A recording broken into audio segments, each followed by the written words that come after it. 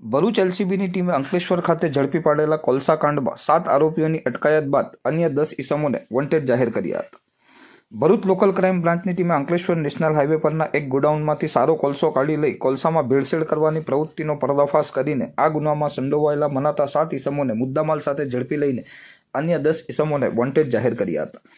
Bharuch local crime branch incharge PI A ચૌધરીના માર્ગદર્શન હેઠળ local crime branch PSI R K. Torani team સાથે અંકલેશ્વર શહેર વિસ્તારમાં પેટ્રોલિંગમાં હતા.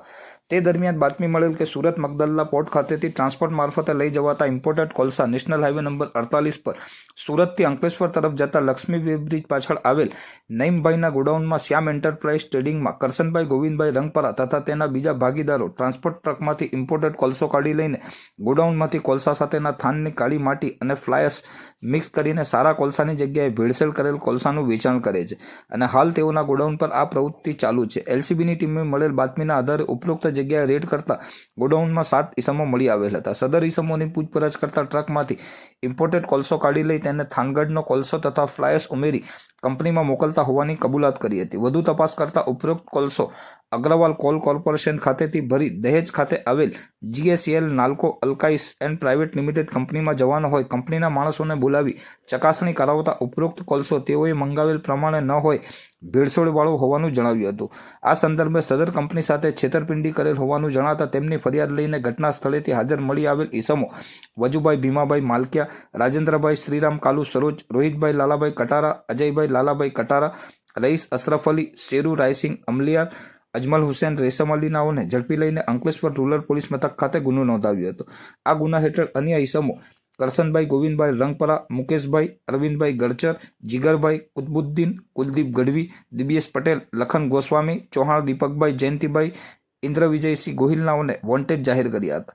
લોકલ ક્રાઇમ બ્રાન્ચની ટીમે આ ગુના હેઠળ ગોડાઉન ઉપરથી મળી આવેલ ઇમ્પોર્ટેડ કોલસો આશરે 90 ટન, ગોડાઉનમાં પડેલ થાનની માટી આશરે 35 ટન, ફ્લાયસ આશરે 20 ટન, 4 ટ્રકો, જોન ડિયર કંપનીનું 5310 લોડર, 4 વ્હીલ કાર, એક મોટરસાયકલ, મોબાઈલ નંગ 9 તેમજ ટ્રકમાં રહેલ કોલસો મળી કુલ રૂપિયા 71,64,157 રૂપિયાનો મુદ્દામાલ કબજે લઈ આગળની વધુ તપાસ હાથ ધરી છે.